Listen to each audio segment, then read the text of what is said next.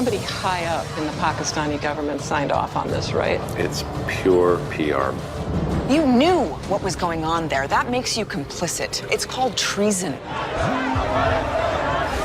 We're all hoping you'll be on your best behavior here in Pakistan. What we see right there, scenes from the television program Homeland, as we welcome you back to America's Forum. Miranda Khan, J.D. Hayworth here. Pakistani officials upset with that Showtime series, Miranda, for portraying that country as a safe haven to terrorists. Joining us now, University of Michigan political science professor Raymond Tanter. He is Skyping in from Washington. We should also point out that Raymond is the president of the American Committee on Human Rights. Raymond, thank you so very much for your time and welcome to America's Forum. Can you hear us, Raymond? I can. Oh, good. Okay, so I have to ask you, how can Pakistan say it's upset about this portrayal, which, correct me if I'm wrong, but we found Osama bin Laden in a military compound in Pakistan? Yes. Well, there are multiple wars going on here. One war is between India and Pakistan over Afghanistan, and the Pakistani intelligence tends to support the Haqqani network operations against the Afghan population and its government. And in addition, there is something called the Jundala group that was involved in this bombing of the Shia mosque in just today, and in the school, and they were associated with Tariq-e-Taliban. Now, let's step back to the big picture. How could the intelligence services of Pakistan not know that Osama bin Laden was there? I think that they knew, and that they were in cahoots with Osama bin Laden against some of the others in Pakistan. So with that in mind, Professor Tanter, what should be the course of action the United States follows in terms of our relationship with Pakistan? Just understand fundamentally that government walks a tightrope and will very seldom have the best interest of the United States at stake. What do you recommend? Look, there's no choice with respect to Pakistan. Pakistan is a tinderbox of nuclear weapons, and you cannot walk away from Pakistan.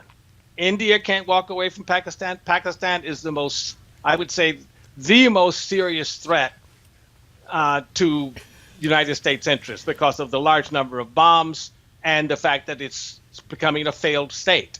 So that said, let me just finish this last point, that there's that Tariq-e-Taliban associated itself with the Islamic State of Iraq and Syria. So therefore, all of these, that's another war that's going on. So, Professor, why then do we continue, this administration and administrations before this one, continue to call Pakistan an ally, and we're sending them millions of dollars? Billions, probably. Billions, right, probably, you're right.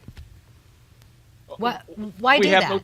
We have no choice, because if Pakistan fails completely, then all of those nuclear weapons go to the Jundala group, Tariq-e-Taliban, to groups that to Al-Qaeda of the Arabian Peninsula, Al-Qaeda, Central Al-Qaeda, located in the northwest frontier between Afghanistan and Pakistan. And Raymond, we cannot let that happen. Your point is well taken about a nuclear Pakistan. We just have to know the cast of characters. You tried to help delineate them for us now.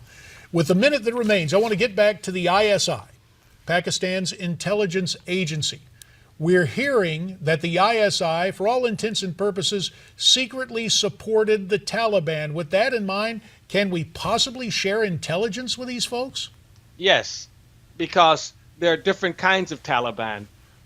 All of a sudden, the intelligence services of Pakistan have decided to align, more with the United States, because the Pakistani Taliban have been attacking forces in the Pakistani army, and the army is supposed to be controlling the destiny of the intelligence services. So really, this is about tribes, right? We Yes. We should be Oh, paying yes. attention to that, not so much the borders. Am I hearing you correctly? Absolutely. The borders, there are no borders between Pakistan and Afghanistan. There's just something called the Federal Administered Territory, the FATA, and that's a porous border, if you will. Well, Raymond Tanter, we do thank you for holding a mini session with us and offering your perception of Pakistan as you Skype in there from Washington, D.C. Have a great weekend. We look forward to talking to you again real soon. Dr. Raymond Tanter of the University of Michigan. Coming back for a health check. Measles, and could the Super Bowl be hazardous to your health? We'll talk about it.